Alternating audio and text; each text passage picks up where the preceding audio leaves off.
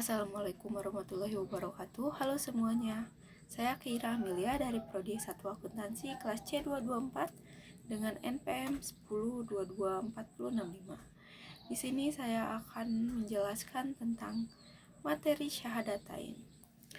Apa sih syahadatain itu? Kalau kita bicara soal syahadatain, sebenarnya kita lagi bahas soal persaksian atau komitmen besar. Secara bahasa, kata ini berasal dari syahida yang artinya menyaksikan. Tapi uniknya, di dalam Al-Quran, makna menyaksikan ini luas banget. Bisa berarti kita hadir, mengakui, atau bahkan mengikuti. Bayangkan, syahadatain itu seperti sebuah proklamasi atau pengumuman resmi ke orang banyak. Kalau kita sudah memilih jalan Islam, di sini ada semacam transaksi spiritual antara kita sebagai hamba dengan Allah Subhanahu wa taala dan Rasulullah Shallallahu alaihi wasallam bertugas sebagai saksinya.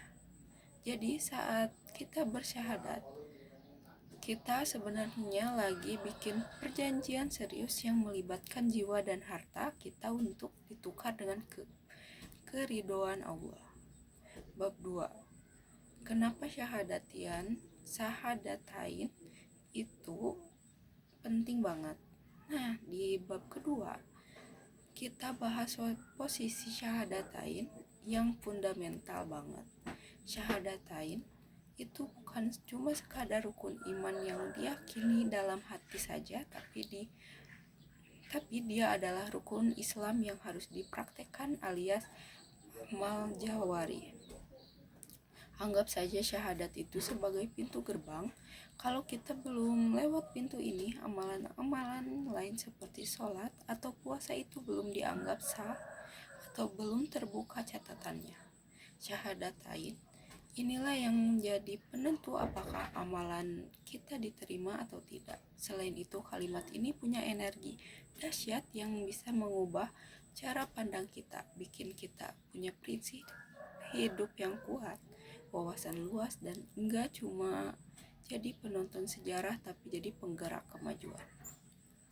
Bab 3. Perjalanan hidup dan janji kita. Ternyata urusan syahadat ini enggak baru dimulai pas kita lahir ke dunia saja. Jauh sebelum kita punya fisik, roh kita sudah pernah melakukan perjanjian atau syahadah rububiyah dengan Allah di alam arwah.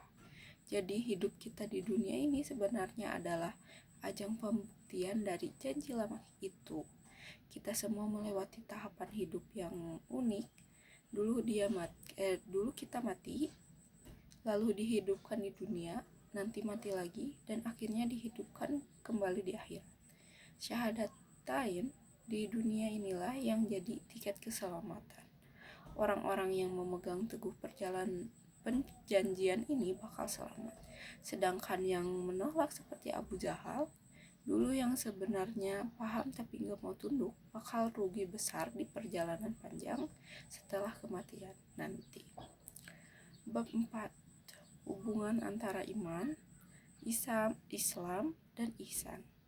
Terakhir, kita harus paham kalau iman dan Islam itu satu paket yang gak bisa dipisah. Iman itu ibarat akar yang ada di dalam tanah, percaya dan menerima kebenaran dalam hati, sedangkan Islam itu adalah batang dan dahan pohonnya yang kelihatan aksi nyata seperti syahadat, sholat, sampai zakat. Kalau akarnya kuat, iman kepada Allah, Rasul, kitab, dan sebagainya, maka batangnya juga bakal kokoh.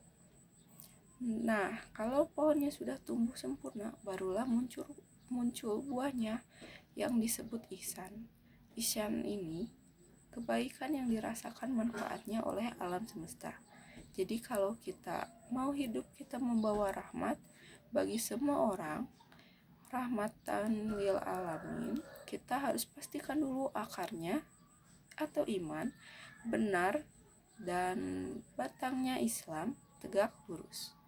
Sekian penjelasan saya mengenai syahadatain. Wassalamualaikum warahmatullahi wabarakatuh.